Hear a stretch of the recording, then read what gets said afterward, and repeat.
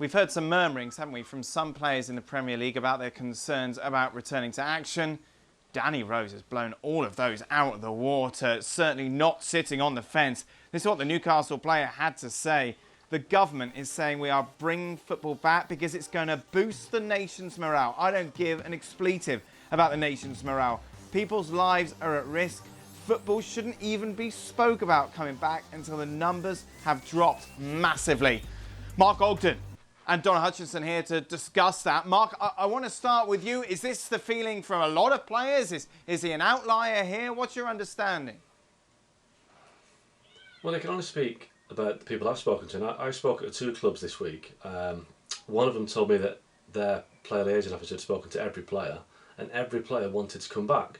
Then I spoke to another Premier League club, and they had the same, not the same majority of like 100%, but their team are also desperate to come back. So from what the sense that I get is that the vast majority of players want to play and play as quickly as possible because it's what they know. Now, obviously, there's people like Danny Rose, Raheem Sterling spoken out, Sergio Aguero.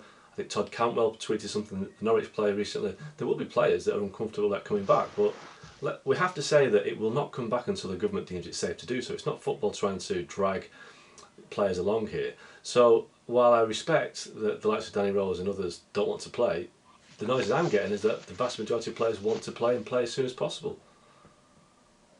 I suppose this is a problem, isn't it, Don? We just assume that all players think the same, but clearly, obviously, like all of us, they don't. No, and it's a very sensitive issue, Dan, and I was trying to have a little think of what I would be saying to Danny Rose if I was sharing a dressing room with him, if I was his captain. And I'd certainly be sitting down with Danny Rose on a 1v1 basis, talking to him, see how his emotions are, see how he's feeling. If he expressed that he didn't want to play, then that's absolutely fine. I would actually say to Danny, look, the doctors and nurses and firefighter police forces and many, many others have been fighting this pandemic since day one. And I would be trying to push him towards playing. That would be my feeling. If he didn't want to play, then that's absolutely fine. You have to take every single player on an individual basis, relay that, back to the management staff. And then, if it's a case of moving on without Danny Rose, then unfortunately, so be it. But he's not going to be the only one. This is a tricky, tricky issue. Mark, you mentioned as well, Raheem Sterling. He wasn't quite as outspoken, was he, as Danny Rose, but he did put forward his concerns, talking about grandparents of friends that he know who had passed because of this. And I think the thing is, it's all about safety, but there is a big argument, and we've seen this in other countries, isn't it? If the protocols are put in properly, going to play football could actually be a lot safer than going and doing other jobs. Well, this is it.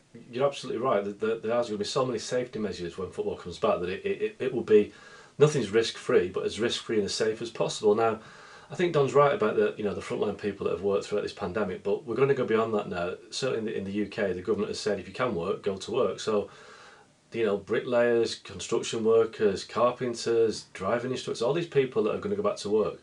If footballers suddenly decide that they want special treatment and not play because they don't deem it safe in a virtually sterile environment, then footballers are constantly used as a punch bag for a lot of people in the UK in terms of footballers are doing this, footballers are doing that.